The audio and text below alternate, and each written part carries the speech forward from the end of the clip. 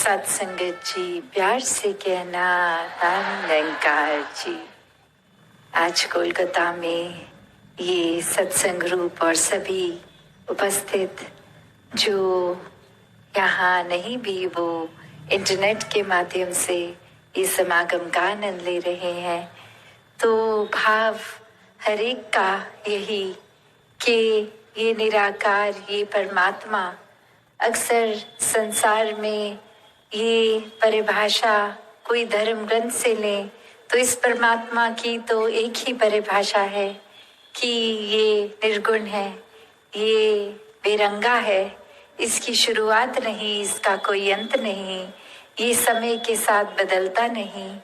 पर फिर भी अक्सर इंसान इस परमात्मा की परिभाषा अपने हिसाब से बता देते हैं। कोई कहते हैं कि ये आसमान में, कोई किसी दिशा की ओर, कोई पानी के अंदर, कोई कहीं। तो बात वही कि अगर परमात्मा एक किसी जगह पे ही सम्मिलित होता है, एक में रह सकता है, तो फिर ये परिभाषा की ये हर जगह है, कण कण में है, एक पूरे ब्रह्मांड के अंदर है।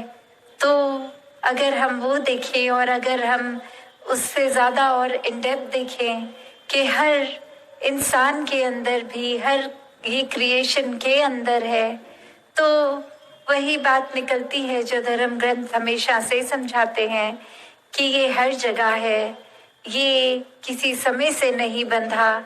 ये परमात्मा तो बिल्कुल हमारे उतने नज़दीक है जितनी आँखों की ये पलकें भी उतनी नज़दीक नहीं है। तो इस परमात्मा को जानना इस इंसानी रूप का परम लक्ष्य। और ये जीते जी जब हम अपने किसी भी रोल की बात करते हैं, रिस्पॉन्सिबिलिटी, एक कर्तव्य की बात करते हैं, तो यही बात कि संसार में बहुत सहजता से सारे काम हो जाते हैं जब इस परमात्मा को प्रायोरिटी बना के रखा जाए, जब इसके एहसास में हर पल जिया जाए। ये जगह जहाँ कला के हिसाब से भी कोलकाता का नाम, चाहे वो आर्ट की दुनिया हो या फिर कई व्यक्ति विशेष जिनका यहाँ जन्म भी हुआ, वो इतनी गहराई से कितनी जीवन में बातें समझा के गए, चाहे वो मदर टेरेसा से लिंक्ड ये सिटी का नाम, चाहे स्वामी विवेकानंद जी की बात हो, अन्य ऐसे कितने ही और जिन्होंने यही समझाया कि जीवन में सेवा को इस तरह किया जाए जो निस्वार्थ बन जाए। हर पल में इस सेवा को जिया जा सकता है। एक सेवा का भाव वो नहीं कि किसी की मदद है, ये एक परमात्मा ही डूअर है। ये अगर क्षमता बख्श रहा है तो ही कुछ हमसे होगा। और वही प्यार की, लव की भी बात ये सिखाई गई। और वही कि एक मदर टेरेसा की बहुत ही फेमस कोट कि intense love can not be measured, it can only be given. तो बात वही कि जो प्यार की बात है, हम नाप तोल के तो कोई सौदा कर नहीं रहे। ये चाहे परमात्मा के प्रति ये भक्ति रूप है, ये प्यार है, ये प्रेमा भक्ति है, या फिर परमात्मा के बनाए इंसानों के लिए ये प्यार, ये तो कोई कार्य की तरह नहीं किया जाना चाहिए।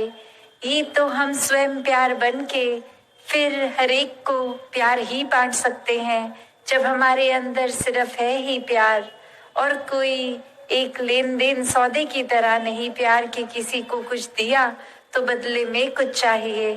बात सिर्फ यही कि प्यार ही है हमारे पास। तो और फिर ये प्राथमिकता जब बनती है, ये एहसास में हर समय रहता है, तो फिर वो चुनाव जीवन के बहुत ही सरल हो जाते हैं कि एक परमात्मा के एहसास से हमें साफ पता लगता है कि हम अगर कुछ ये चुनाव करेंगे तो ये एक हर एक के लिए इसमें फायदा है कि नहीं। कहीं हम ऐसा तो नहीं करेंगे, कार्य करेंगे तो एक किसी को दर्द पहुंचे, और ये किसी में हम भी शामिल हैं कि ना अपना नुकसान करना है ना किसी और का, किसी को आंसू कष्ट नहीं देने। एक फिर चुनाव हर परिस्थिति में ऐसा होता है कि एक अपना भी जहां दिल से खुशी से आगे समर्पित भाव से प्यार दे रहे हैं, वैसा ही प्यार हर एक तक पहुंचे। एक फिर अहंकार हावी नहीं होता, ये अपने सिर्फ स्वार्थ के लिए, अपनी सिर्फ सेल्फिश नीड्स के लिए काम नहीं कोई करता, कोई डिसीजन उस लिए नहीं लिए जाते। ये तो फिर एक चाहे घर परिवार के दायरे में या संसार के दायरे में, जहाँ पे भी हम प्लेस्ड है, कामकाज, स्कूल इत्यादि, फिर वो हर एक को साथ लेके चलने वाली बात आती है। ते ही जीवन जिन्होंने भी जिए, वही चाहे कोई भी दौर रहा हो, कोई भी युग रहा हो, वो संतों की वाणी हमेशा शिक्षा यही देती है कि परमात्मा को जानकर परमात्मा से प्यार करो, फिर हर एक से प्यार होना बहुत ही स्वाभाविक हो जाएगा। फिर ये भक्ति में मन अपना भी जहाँ चूर रहेगा, वो फिर भक्ति कोई ऐसी किसी ने भी नहीं बात करी कि अपने आप में अगर भक्ति करनी है तो घर परिवार समाज से टूट जाओ, अकेले जाकर कहीं रहकर भक्ति करो। नहीं, कोई भी संत का जीवन अगर हम देखें, चाहे वो कबीरदास जी हो, कोई भी उठा ले हम संत के जीवन पे नजर डाल के, तो वो एक बैलेंस्ड लाइफस्टाइल, एक मध्य मार्ग की बात है कि घर परिवार समाज हर एक में अपने कर्तव्य निभाते हुए भक्ति करनी है। एक जो भी पालन पोषण के लिए एक अगर जिम्मेवारी है, उससे पीछे नहीं होना है, अपने मन को भी ठीक रखना है इस परमात्मा से जोड़ के, और फिर ये पालन पोषण भी भक्ति का ही एक पार्ट बन जाता है। जब ये परमात्मा याद है तो फिर घर वालों के लिए भी हम काम नहीं कुछ उनके लिए कर रहे, उनके लिए एक हमारी फिजिकल इमोशनल अवेलेबिलिटी भी फिर वो भक्ति ही है। तो हर एक का जीवन हर समय की भक्ति बन सकता है। जैसे कितने ही हमें धर्मशास्त्र समझाते हैं कि उठते बैठते ही भक्त का जीवन भक्ति है। कोई निर्धारित समय या दिन में एक आध घंटा भक्ति और बाकी समय एक लूटपाट, एक चोट पहुंचाने का काम, तो ऐसी तो ये भक्त की अवस्था नहीं है। तो वाकई ही हमें असली भक्त बनना है तो इस परमात्मा के साथ अपने मन का जुड़ाव हमेशा के लिए बनाना होगा। और ये परमात्मा तो फिर अनुमान वाला परमात्मा नहीं, इसके साक्षात दर्शन करके, इसको देखकर फिर ये हर एक में दिखे, ऐसे दर्शन, मन का एहसास ये हर समय होता जाए। और भक्ति भी फिर जब तक श्वासें हैं इसी तरह पूर्णता से होती जाए। तो दासी और समय ना लेके इन्हीं शब्दों से आपसे आज्ञा लेगी। साथ संगत जी, धन निरंकार जी।